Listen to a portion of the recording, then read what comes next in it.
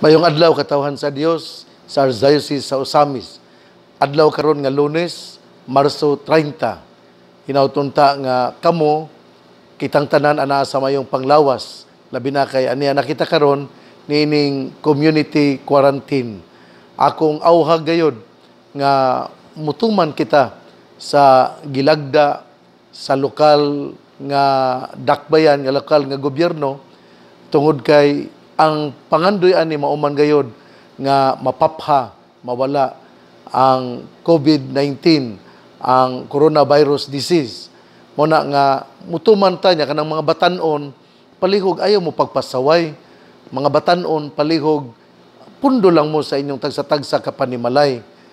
Ako gining hangyo aron moabot ang panahon ang gitakda nga 14 ka adlaw nga community quarantine. Unya iniguman ni ana mobalik kita sa atong naandan nga mga schedule.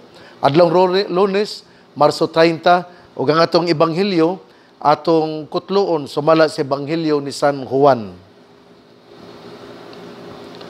Unya ang tanan na mauli apan miadto si Jesus sa bungtod sa mga olibo. Sayo sa pagkabuntag mibalik siya sa templo. Mialirong kaniya ang mga tao ug milingkod siya ug nanudlo kanila. Ang mga magtutudlo sa balaod o ang mga Parisiyo nagdalag usa ka babae nga hisakpan nga nanapaw ug siya gipaatubang nila sa tanan.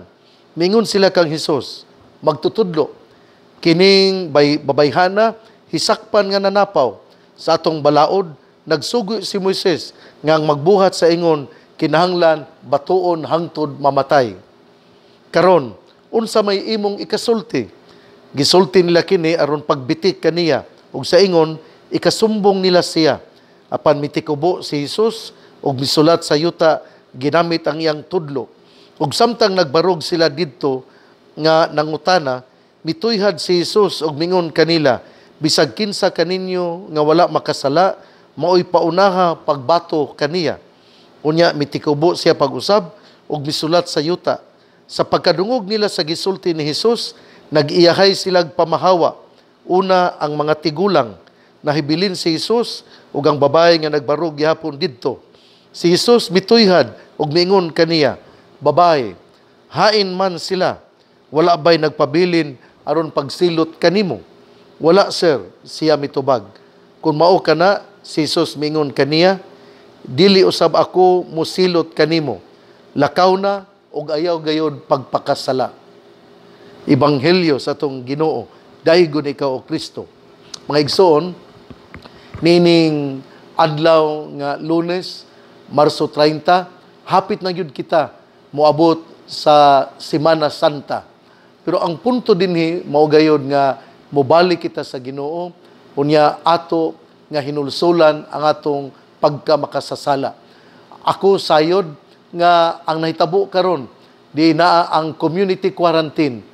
Tingali pamaagi pod kini sa Ginoo aron ang banay magkahiusa. Dugay ng panahon nga mag-iyahay og panglakaw ang inahan ug ang amahan, unya mulakaw pod ang mga anak. Wala na gani usahay panahon nga magkatapok ang maong banay. Tingali gusto sa Ginoo sa tibuok kalibutan nahitabo kini ang gitawag og community quarantine, enhanced community quarantine, ipasabot nga gipatasan, gilugwayan, ang scope sa limitasyon gilugwayan, gipatasan aron gayod magkatapok ang banay. Pamaagi ini sa Ginoo aron ang katawhan, ang banay magkahiusa pag-usab. Gani kining daghan man ang niingon nga karon pa man ang amahan ug ang inahan ug ang anak, mga anak nagkatapok gayod. Hinautunta nga sa inyong panagtapok, doon na may panahon sa pag-ampo. Mauman kini ang gitawag sa ato nga Santo Papa nga aron mawagtang, mapapas atong hangyoon ang Ginoo nga iya nang kuhaon. Atong hangyoon usab ang mahal nga Birhen Maria nga unta siya mohangyo sa iyang anak. Ako sayod nga ang mahal nga Birhen Maria mohimo gayod og mga milagro. Pero importante nga kita mo cooperate kay ang milagro mahitabo lamang kung kita mutambayayong. Wala, dili ka makaingon nga ang milagro kining mahitabo dayon, dili oy. Ang milagro mahitabo kung kita mutambayayong ug ato nga hatagan og kining panahon nga kini mahitabo. Ari kita sa ebanghelyo karon ngatong gikutlo sumala sa ebanghelyo ni San Juan kapitulo 8 bersikulo 1 hangtod sa 11. Ang nindot yun kayo dinhi nga ang mga Pariseo, nainumdom naman tano, kinsa ang mga Pariseo? Kana bang mga tao nga tigpa karon ingnon nga nagtuo nga sila batid na kayo sa mga balaod o kinahanglan gayud nga litra por litra tumanon kini. Pero sa ilang kaugalingon dili sila gusto nga mabuhat kini. Pero para sa uban ilang yun ning ipabuhat. Mao ni nga ang ato karong ebanghelyo midala og usa ka ang Pariseo, ang mga Pariseo midala og usa ka babae nga nasakpan nga nanapaw. Nganong babae ra man gyud nadakpan. Kung nadakpan nilang nanapaw, asa man di ay ang lalaki. Muna nga kini dili gyud ni maayo tungod kay kini against kini sa women's right. Ang babae ra gyud giduso nga nakasala. Hain man di ay ang lalaki. Kung dunay pagpanapaw, duha gyud na ang nakahimog sala. Mao na nga dili kini maayo nga ang atong tulisokon mao lamang ang babae. Ato pod nga tan-awon, atong pangutan-on asa man di ay ang lalaki. Kung dunay pagpanapaw, dunay gyud duha nga naghimo niini. It takes two to take a tango nga aron dunay sala nga mabuhat. Nganong babae ra man gyud gidala? Nganong ang mga Pariseo maumay gadala ngadto ni Hesus? Buot ba niyang ipasabot nga ang mga babae ray makasasala? Kita po mga lalaki, oy, makasasala punta. Ang punto dinhi mao nga kinahanglan yun ato pong panalipdan ang right, ang katungod sa mga kababayan. Ug dinhi si Hesus mitabon gyud dili mitabon kay nakasala kundi iyag yung gihatagan og pagtahod ang right, ang katungod sa babay. Moto nga iyang gikuan kay gidala sa mga Pariseo ang mga batid sa balaod ngadto ni Hesus, pero doon na po sila dautan nga panghuna-huna. Ilang gidala ang babae nga nasakpan nga nanapaw aron ilang bikton si Hesus kung unsay iyang isulti tungod kay ang balaod kaniadto kun ang babae masakpan nga nanapaw batuon kini hangtod sa kamatayon. Ang babae ba? Ang babae kaniadto nga kining magmabdos unya walay mo angkon nga siya ang nakapamabdos ug dili siya pangasawon, batuon ang mong babae hangtod sa kamatayon. Batuon og bato. Mauna nga kining dili supak po na nganong babae raman ang kining batuon, nganong dili man iapil ang lalaki. Atong hinumduman nga patriarchal society manggod sa kaniadto nga ang mga katungod sa mga kababayan maura gayud ang wala hatagi og respeto. Unya ang mga lalaki mura magi-absolto ang lalaki dinhi kay ang babae ra magyud gidala o giingnan nga kini nakasala, nakapanapaw. Nya ang balaod ni Moises nagaingon nga ang manapaw batuon hangtod sa kamatayon.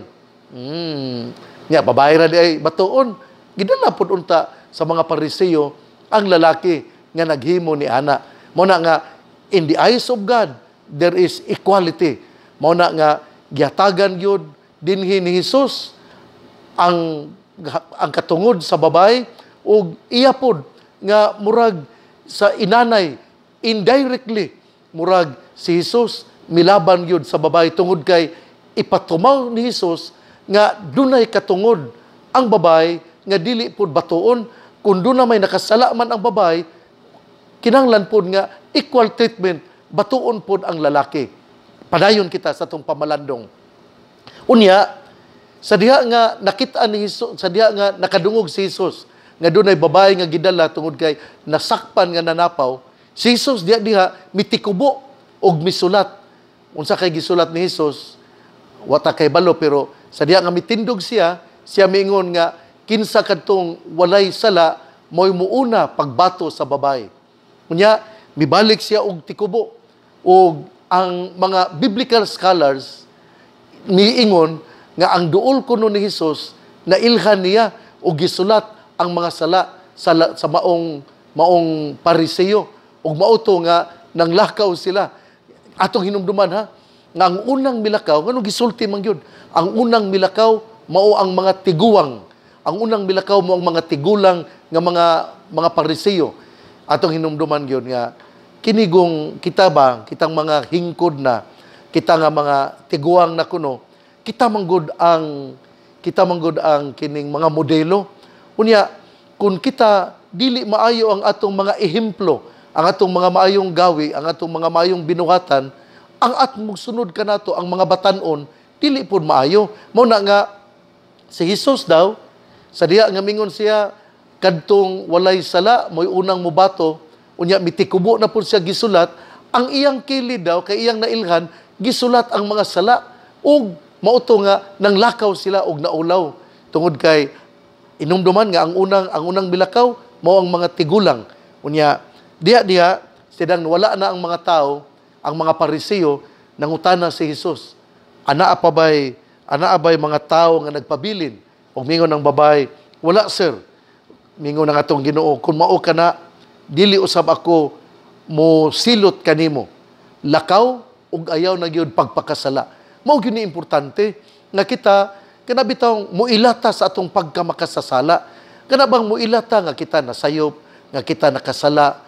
Mao man bitaw nga kining ang importante gyud sa kinabuhi mao nga kanabang acceptance of our mistakes, acceptance of our sins.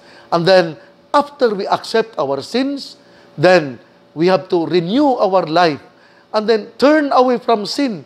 Mao man gyud ni ang tema sa kining Kwaresma. Mobalik sa Ginoo, biyaan ang pagpakasala, unya dili na gyud maningkamot gyud nga dili na makasala pag-usab.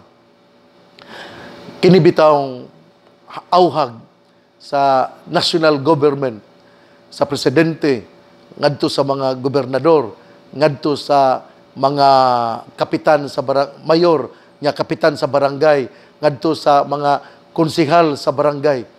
Mutuman ta, oy, do na magud kunoy kining usa ka konsehal sa barangay nga giingnan nga ayaw pagtapok, mao noy nangulo nga magtapok-tapok, nga gainom-inom pagyod.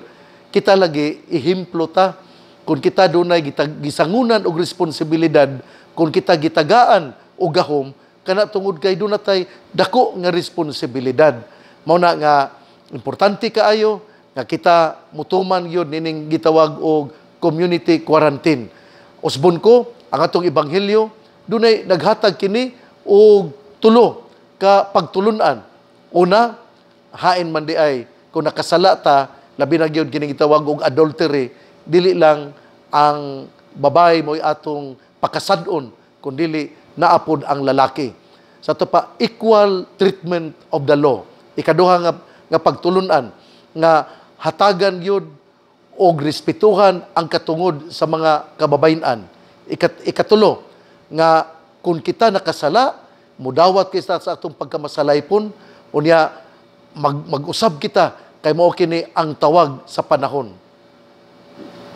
Kwaresma, panahon sa paghinulsol, unya panahon usab nga kita mamahimo nga obedient to the call of the moment. Kana bang magmasinugtanon sa tawag nining maong panahon, labi na gayod kining gitawag og community quarantine. Hinaut-unta nga kining tulo ka mga pagtulunan nato karon sa ako nang gisaysay nga ang una nga equal treatment of the law. Dili lang kay ang babae mo'y nakasala, ingnon nga nakasala, kundi ang lalaki usab sa sala nga adultery. Ikaduha, nga atong respetuhan ang katungod sa mga kababayan. Ikatulo, nga kita nakasala, ug importante nga mudawat sa atong pagkamakasasala ug mubiya sa atong mga kasaypanan. Panahon karon sa community quarantine, akong giauhag ang banay nga kamo panahon kini nga kamo magpasalamat sa Ginoo, magpundok panahon sa dili pa maniudto, importante kaayo nga magampo sa gitawag og Oratio Imperata aron ang sakit nga pandemic sa tibuok kalibutan kini mapapas na gayod. Unya atong gihangyo ang Ginoo nga unta siya mo tan-aw sa atong mga kalisod ug iya kitang ayuhon niining mikuyanap nga sakit nga coronavirus. Unya ako pong hangyoon ang banay nga inig alas 3 moampo usab sa Divine Mercy Prayer. Unya tingali sa hapon magampo usab sa Santos nga Rosario. Ako gyapong balikon nga ang Metropolitan Cathedral of the Immaculate Conception dina sa Osami City ang pagampo sa Santos nga Rosario gihimo sa alas 8 sa gabi. Mamati kita kanang duol sa balay, duol sa katedral, mamati kita sa Santos nga Rosario ug muuban kita sa pagpangadji sa Santos nga Rosario. Ang pulong maghimaya ka Maria daw usa ka martilyo nga modukdok sa ulo ni Satanas ug siya muuntol labi na kay iyang mabati nga daw siya gisabligan sa astido. Busa mga igsuon, panahon kini nga kita mamahimong maampuon. Sugyot kini nako ug maugyod kini tingali ang kabubuton sa Ginoo tungod kay kita anaaman ining gitawag og community quarantine. Ikaw na nga naminaw. Dugay namang gyud ang community quarantine. Sugod pa man atong bitsa 18. Nakahimo ka sa pagampo sa Oratio Imperata.